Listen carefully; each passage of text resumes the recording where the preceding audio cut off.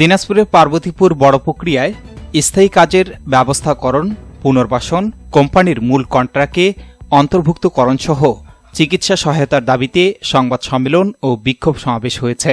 রোববার সকাল ১১টায় বড় প্রক্রিয়া কোল মাইনিং কোম্পানির প্রধান ফটকে সংবাদ সম্মেলন শেষে বিক্ষোভ মিছিল ও সমাবেশ করে ক্ষতিগ্রস্ত এলাকার জেএসএমই শ্রমিকরা। এ সময় দাবি পূরণে খনি কর্তৃপক্ষের কাছে ৭২ ঘণ্টার আলটিমেটাম দেয়া হয় সমাবেশ থেকে, অন্যথায় লাগাতার কর্মসূচির ঘোষণা দেয়া হবে বলে জানানো হয়। উল্লেখ্য, খনিতে ২০১৮ সালে চীনা ঠিকাদারি প্রতিষ্ঠান এক্সএমসি একটি টানেল নির্মাণ কাজ শুরু করে, যা চলতি বছরের অক্টোবরে শেষ হবার কথা। চীনা শ্রমিকদের পাশাপাশি অস্থায়ী নিয়োগে দেশীয় শ্রমিক রয়েছে সেখানে ১৭৪ জন। প্রকল্পটির কাজ শেষ হতে আরও ৫ মাস বাকি। শ্রমিকদের স্থায়ী নিয়োগপত্র না থাকায় পরবর্তীতে তারা কোথায় কোন কাজে যোগ দেবে নির্দিষ্ট কোনো দিক নির্দেশনা না থাকায় বিপাকে পড়ে তারা। এ নিয়ে খনি কর্তৃপক্ষের নিকট স্থানীয় শ্রমিকরা চাকুরি স্থায়ীকরণ ও নিয়োগপত্র সহ নানা সুযোগ সুবিধার দাবিতে দীর্ঘদিন ধরে আন্দোলন, সংগ্রাম, অনশন কর্মসূচি চালিয়ে আসছিল।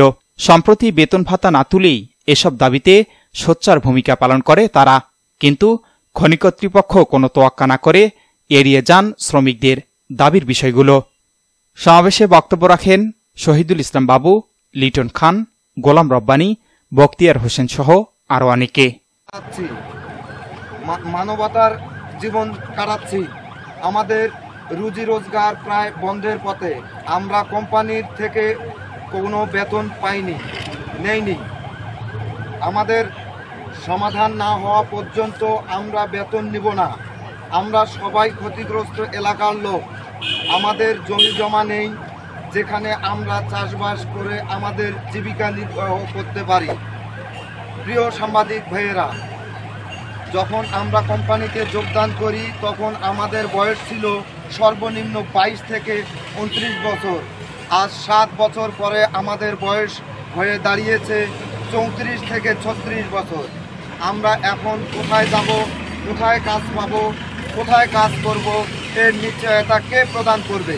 এই বড় প্রক্রিয়া কোল মাইনিং কোম্পানির মূল কন্ট্রাক্ট অন্তর্ভুক্ত করা হবে, কিন্তু কর্তৃপক্ষ সেটা করে নাই।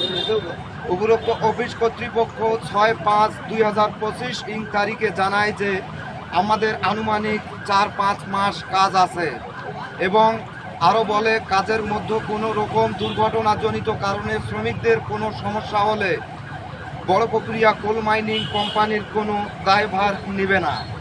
তৎক্ষণিক শ্রমিকরা প্রতিবাদ জানায় এবং কর্মবিরতিতে যায়। আমরা ২০ গ্রাম কমিটিকে নিয়ে আমাদের কঠোর আন্দোলন এখানে উপস্থিত হব। আর কতদিন এরকম নির্যাতিত ভাবে থাকবে? আপনাদের কাছে আমার এটাই দাবি, দেশবাসীর কাছে আমার প্রশ্ন থাকলো, কতদিন এই শ্রমিকের আমরা আন্দোলন করতে হবে? কতদিন? আমরা আন্দোলন চাই না, এর সুষ্ঠু সমাধান চাই। কেন আমরা আন্দোলন চাই না? আমাদের সুষ্ঠু সমাধান হোক।